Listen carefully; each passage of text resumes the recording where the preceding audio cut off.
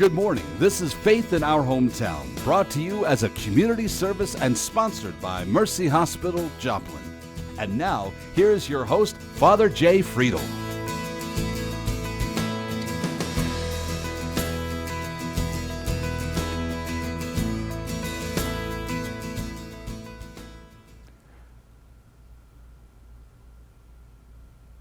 Well, good morning, everybody. Thanks for coming back and joining us for another Sunday morning on Faith in Our Hometown. I'm always amazed that some of you say you tune in every week, and I'm honored and humbled by that, and I try never to waste your time. So this morning, I'm going to apologize and just jump right on in because we had a little bit of a cancellation here at the last minute, and you're going to get me by myself this morning.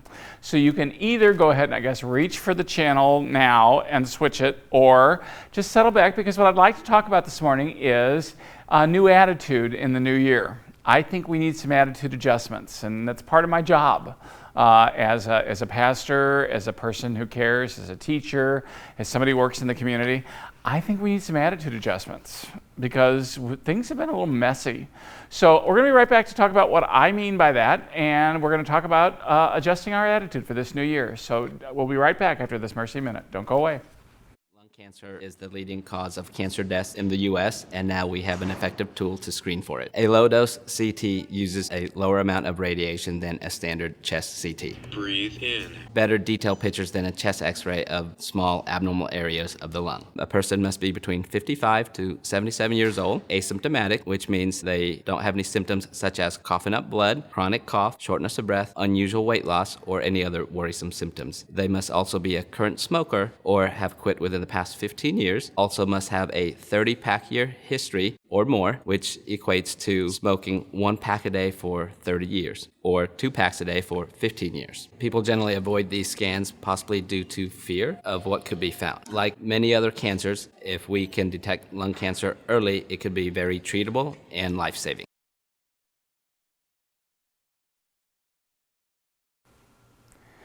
Well, again, thanks for sticking with us on this Sunday morning for Faith in Our Hometown. Since you left the channel where it is, you're being brave, okay? So again, what I really want to talk about this morning is how do we adjust our attitudes? I'm going to tell you that I'm really glad 2020 is done. Not just because it was the year of the plague, not just because it was difficult for all of us, and it was. We all got in moods at different points in time. We were riding the great roller coaster of life in terms of what the plague and all that stuff has done for us. So it's never been easy. But I just really think we allowed our attitudes to sour. And I think we've got to do all that we can as people who live here in the greater Joplin area, as people of faith, as people of goodwill and intention. We've got to figure out how we're going to be there for each other, how we're going to try to make this world a little bit of a better place. One perfect example coming up in this coming week is going to be the inauguration. I know how Joplin voted. I know how Missouri voted. So maybe this wasn't the person that we collectively as a state wanted to elect. Maybe many of you are disappointed. Maybe you're frustrated. Maybe you're angry. But that doesn't mean that we can let go of the obligation to still try to make the world a better place. And just opposing each other isn't, I don't think, the best way forward for us all the time. So again, I think we need to, it's like we do with anybody who's governing and who governs, we have to tell them what we think, we have to apply pressure, we have to do all those things, but then we all look for common solutions. How do we get in there together and make some solutions that make sense for everybody? Rather than just saying, I didn't want you in there, so I'm gonna try to make sure that you can't do anything. Well, how is that good for the country? How has that been good for the country for us for the last few years? Just getting in each other's way. I don't think it's healthy. I think we need to figure out, okay, I may disagree with you. We may have a difference of opinion about this, that, or the other thing, but what are we together going to do to make the country better off? What are we going to do to help each other out? What are we going to do to make a difference in people's lives for the good? And how do I realize that sometimes by my giving in on a little bit of an issue might mean that we'll be able to hit a compromise where I may not get everything I want, or you may not get everything you want, but that somehow we come to some way of trying to figure it out together. We may all be a little bit disappointed with what we end up with, and we're all going to be a little bit happy because we got some of what we wanted. But this whole business about just being negative and saying we're just not going to play, and we're going to freeze everything in place as a country or as a state or as a church or a parish community or even as a family, that doesn't work. It's not good for us. It's not healthy. So again, my opinion, and you can always just turn off the switch, I guess, but my opinion is we need a new attitude in this new year. And the new attitude is going to be like, what can we accomplish together? What is good for us? How can we move forward together as people of goodwill? Okay? Because I'm really sorry, but I don't think if you're not a person of goodwill and you don't want to work through things together, then I don't think you have a place in leadership. I don't think you have a place in service. Because again, when you serve, you got to take care of the people that you like and the people that you don't like. I mean, let's face it, I'm a pastor. Ask any pastor. Are there some members of your congregation that are a little bit more challenging than others? You bet. Just like we have challenging members of our families. But it doesn't mean we just write them off and let them, go off into the dust and die by themselves. That's not what we're called to do. That's not who we're called to be. We're still called to figure out where we can find common ground, where we can work together and make life better for each other as we move forward as people of faith. The same thing happens in the church. So this is not just in politics. So I'll pick on the church a little bit too, okay? For example, there are a lot of people in the Catholic Church, and especially on certain radio networks and things like that. And again, we've got our own radio station at St. Peter's, and I use some of the programming from this particular network. And I do that because I know that appeals to a certain part of my listening audience. But I don't play the stuff where, for example, they want to tear down the rest of the church, or they want to tear down the Pope. One of the big controversies in the last year is the Pope, while he's not changing his stance on marriage, our teaching is that marriage is a sacrament, and that sacrament is only open to a man and a woman, coming together in a holy matrimony. Nothing's changing there. We're not going to change that definition. But what the Pope said last year that riled everybody up, including a lot of Catholics, was, there just comes a point where maybe, as a gesture of goodwill, we need to support people who might want a civil partnership, even if it's not what we would happen to think would be marriage.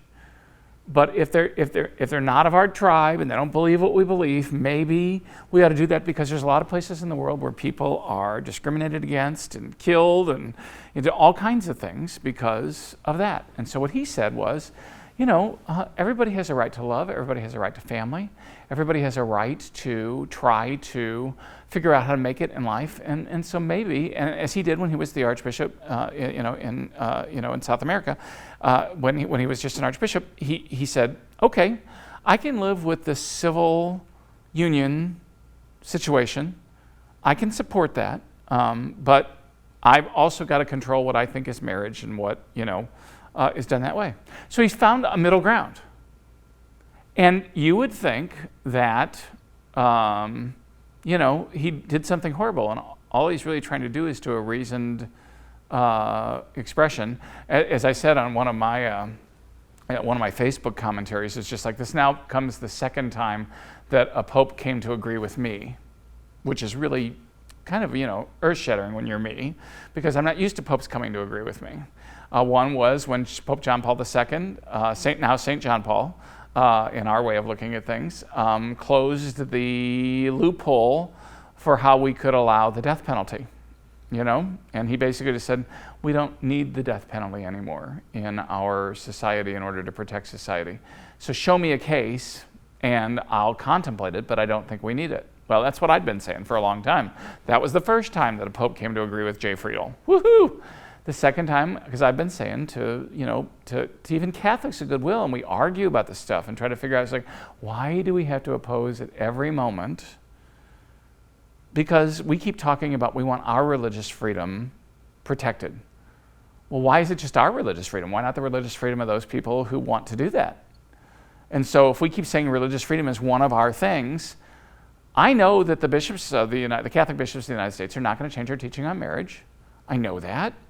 And they shouldn't, because they think God would be upset with them if they did. Okay. Then, so I say to the LGBTQ community, stop yammering at the bishops. They're doing what they think God wants them to do. And it's their right and their role, and it's what they do. So just don't waste your breath. But now I've been saying to the bishops, and I've been saying it quietly, and now I get to say it out loud because the Pope finally came along and agreed with J. Friedel the second time, when I'm saying to him, okay, well, now those folks in their religious freedom also believe they should be able to marry.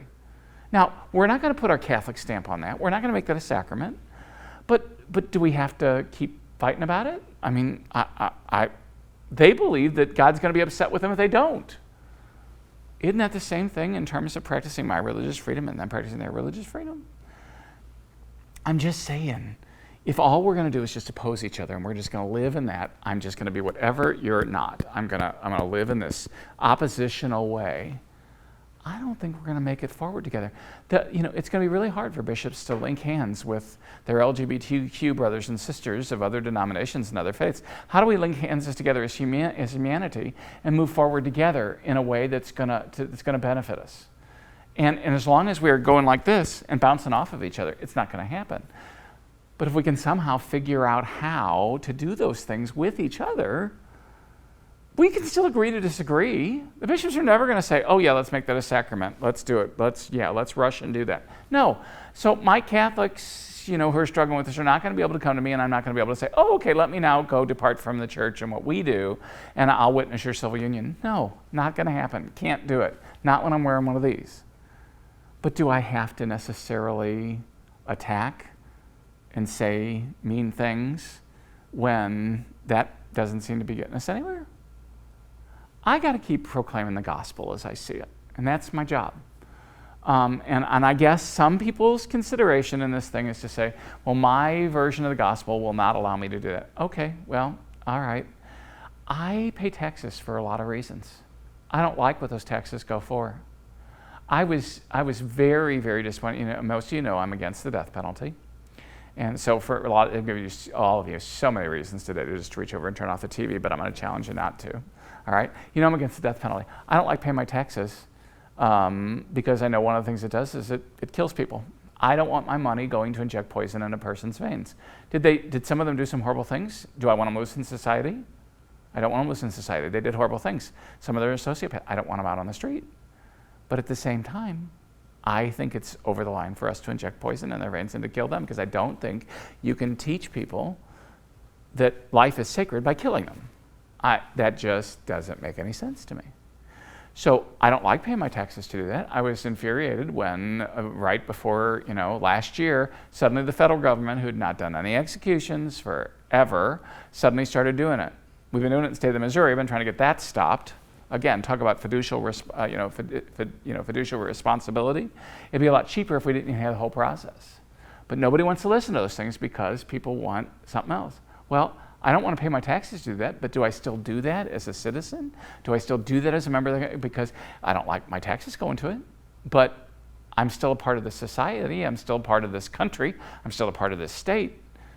You see where the whole thing's going? We got to make some things, and again, I'm not saying not to take stands and not be passionate about it, because you know me better than that. But we're going to be back after a quick break, and we're going to keep talking about some of this, because again, I've got to develop a new attitude. I've got to develop a new attitude in this new year that says, how am I going to continue to work with people who I disagree with so that we can move forward together? So we'll be right back. This is Faith in Our Hometown. Don't go away. You're watching Faith in Our Hometown on KSN TV, brought to you as a community service and sponsored by Mercy Hospital, Joplin.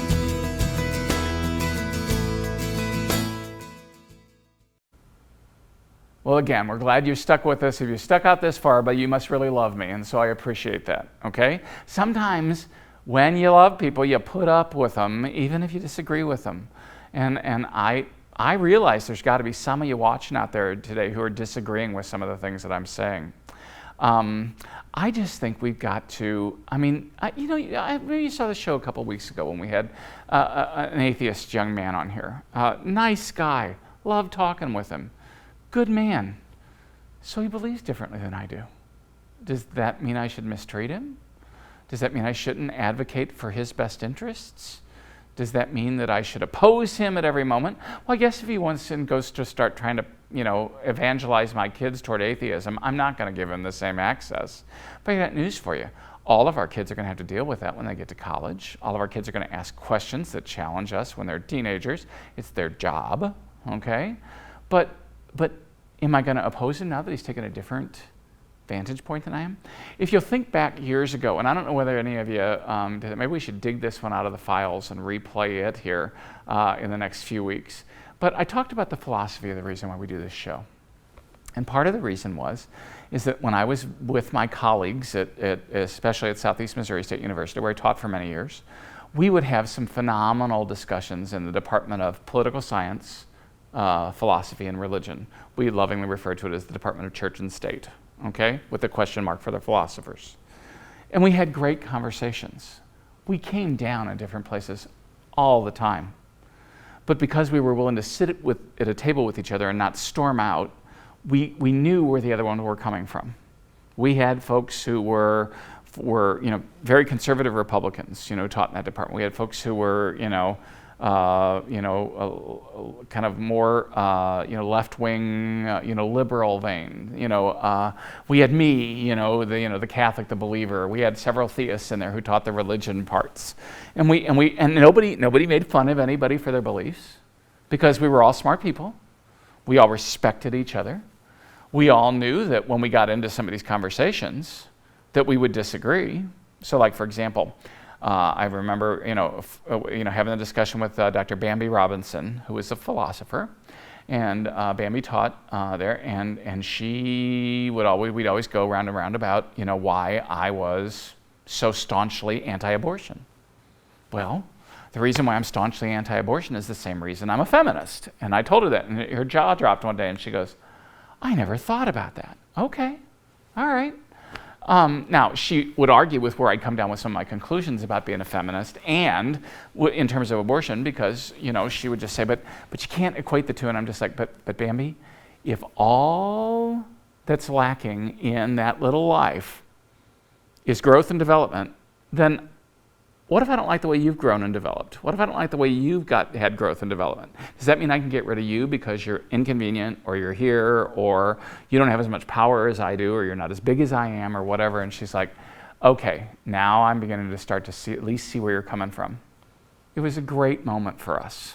Now, she didn't change her, she is still, believes in a woman's right to choose. And I would, disagree, say, I believe in a woman's right to choose on most things, but not when it comes to infringing on somebody else's life. Same way I don't want that woman's life discounted because she's a woman, or told what she's worth because she's female and has X and Y chromosomes. I don't think anybody should tell them that life in the womb. Same thing. Now, does that mean that just because does that mean I can't work with a Democrat? I remember, interviewing, somebody was just like, people are just, oh, I was so surprised at how nice you were to her, Father Jay. And I'm like, why would, I'm supposed to be nice to people. Now, that doesn't mean that we're not going to disagree, because I had to say several times, it's just like, well, I disagree with you and I can't go there, But we were still able to sit in the same room, and we were still able to have the argument. We were still able to kind of fight with each other, but in a nice way, in a loving way, in a kind way, that we could hear what the other one was saying and just get to the point where say, I can agree with you all the way up until there. But again, am I just going to oppose anybody who, does it? Now, I can tell them, but I think if I'm going to vote or whatever, I think I can tell them, well, I don't want to vote for you for this reason. Or I do want to vote for you this reason. Or here's the reason why I'm conflicted, because you are for these things and you're for these things. And I like this, and this about you, but I only like this and this about you. And so now I've got to figure out prudentially in my judgment, who's going to make the best moves all together, the way that I think that those moves ought to be made based on my belief system. How do I do that in such a way that I can still engage everybody, have the conversation, but at the same time then not throw rocks at the other one or refuse to work with the other one at all? Now, I won't help them procure the abortion, but does that mean that I can't work with them on other legislation or things like that I think that they should? No, of course I'm going to. I said to everybody at the time of the election that the real work was going to happen, after the election, after we figured out who won. the real work was going to begin then. Because then it was going to be, how are we going to work with one another? And again, that's back to my refrain for this show and this year of saying, I've got to have a new attitude in this new year. I've got to be a little bit more willing to reach across an aisle. I've got to be more willing to reach across the church. I've got to be more willing to reach across to my neighbor who might have completely different views than I am and say, what might we be able to accomplish together? What might we be able to do if we figured out what we could agree on and maybe move down the road in that direction first? Okay? It's a challenge to all of us because none of us like to. Of course, we'd rather throw fits and be petulant and, and just say, that's it. I didn't get my way, and so I'm not going to cooperate with you at all. I don't think that's doing us any good. I think that's been toxic to our environment. I think it's been toxic to us as people. I think it's been toxic to us as people here in Joplin. I think it's been toxic to us in the state of Missouri. It's certainly been toxic to us nationally.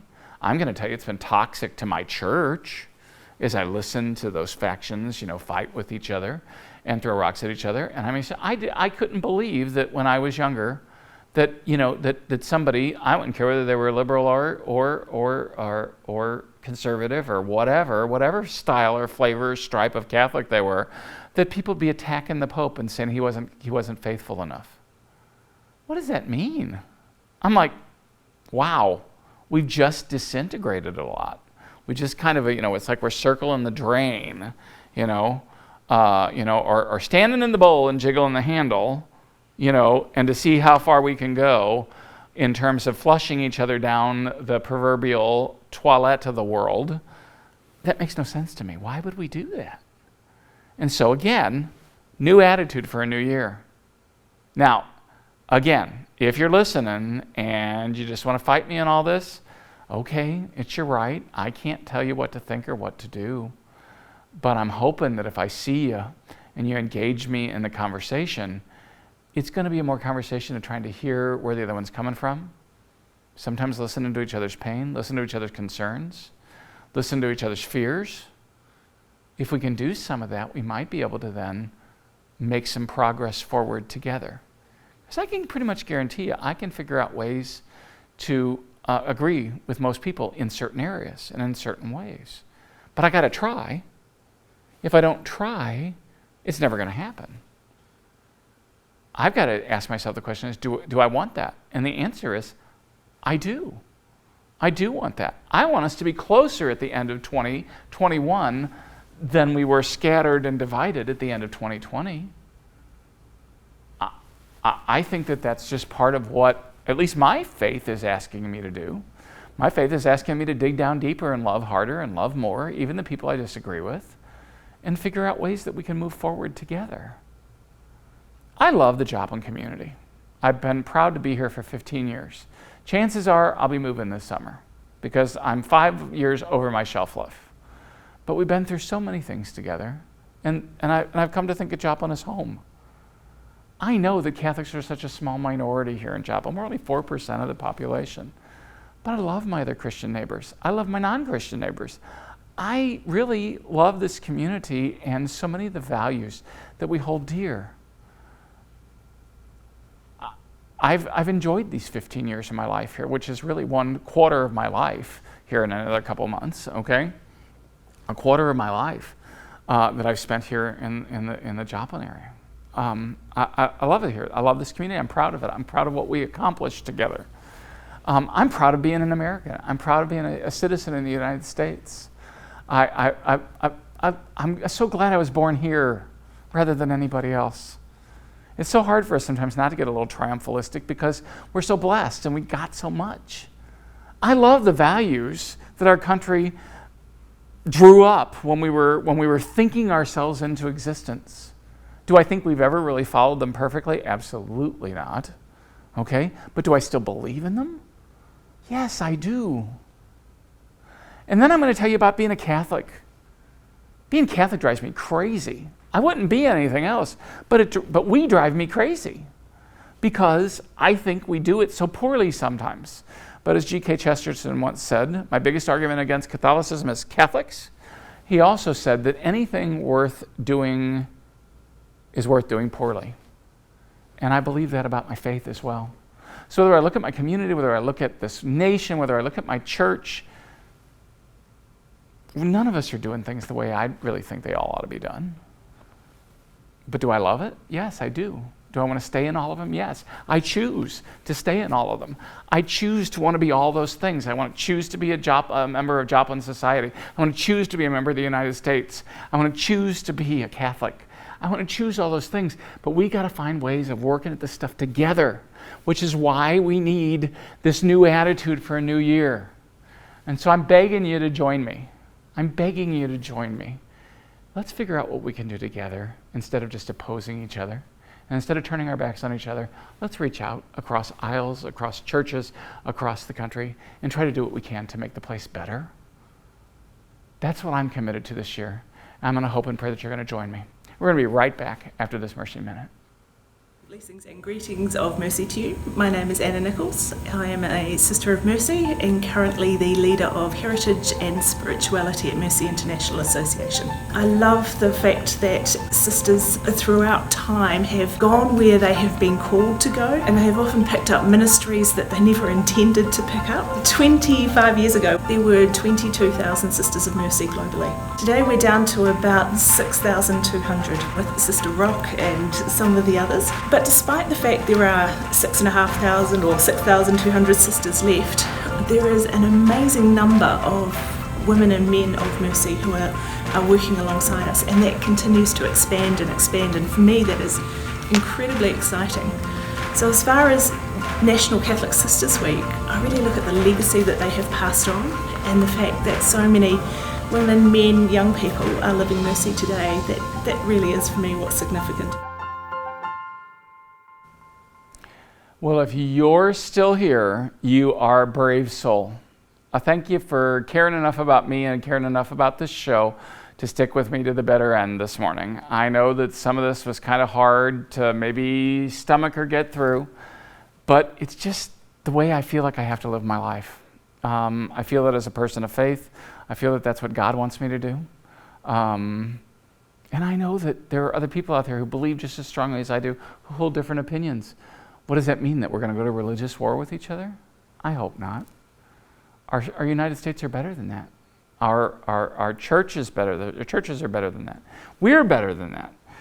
We don't have to go to ideological war at this point in time. We just have to choose to figure out how to do it together. I hope you join me in a new attitude in this new year. We got lots of work to do because we're a very divided nation. So let's do what we can to care for each other. And I'll see you next week at Faith in Our Hometown. God bless. Thanks for watching. Faith in Our Hometown can be seen Sunday mornings at 6:30 and 9 a.m. on KSN. Brought to you as a community service and sponsored by Mercy Hospital, Joplin.